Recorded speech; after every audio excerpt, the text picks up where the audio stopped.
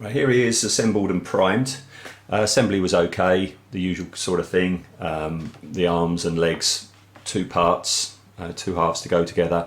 What's good about this kit and what I liked a lot is a join line like on the head here. You've got two halves for the head. The join line actually follows the line of the puzzles and the horns and stuff and disguises the join, which is nice. As I say, the arms are like two halves. The legs are two halves with a separate foot to glue on. The horns all just go in like so. The mouths are easy enough to do. The only tricky bit I really found, aside from Games Workshop's usual practice of relying on computer generated instruction manuals, making things look a bit unclear. The main body is two halves, that half and that half, and then the shoulder area is two halves which you have to stick together, and then you have to stick that bit onto that bit, and playing around with that to get that right was a bit tricky. Recommend a slower setting glue for that. But anyway, here he is all primed, as I say. I'm going to be painting him in sub-assemblies. The rider and his saddle, like so. He's there like that. Oh, by the way, I thought, oh, this is going to be good. You've got three options of riders, therefore you've got two spare when you've chosen the one that you're going to have. Not so. It's very sneaky Games Workshop.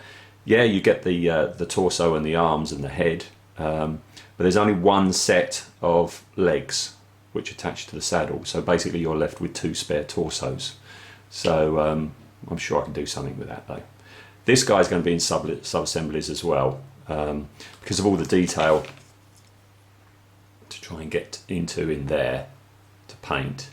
It's going to be a bit of a pain. So what I've done is I've just blue tacked the arms on. They're coming off now, and they'll go back once I finish painting him. Also blue tacked in is the tongue, because I really want to paint that well, and I've got to get all in there and not get any paint on the teeth and stuff. So he's coming out like so, and then these banner poles in the back, I thought might as well blue tack them on as well. So this is the next stage, going and putting in the base coat. And as I said in the last one, I'm not following any sort of colour patterns that are in White Dwarf or on the box. I'm going for a very, very white, pale, sickly colour, figuring I can then pick out all the puzzles and the boils and all these cut-in glyphs to make them stand out more. And I'm thinking really quite dark for the horns as a contrast. So yeah, next step, base coating.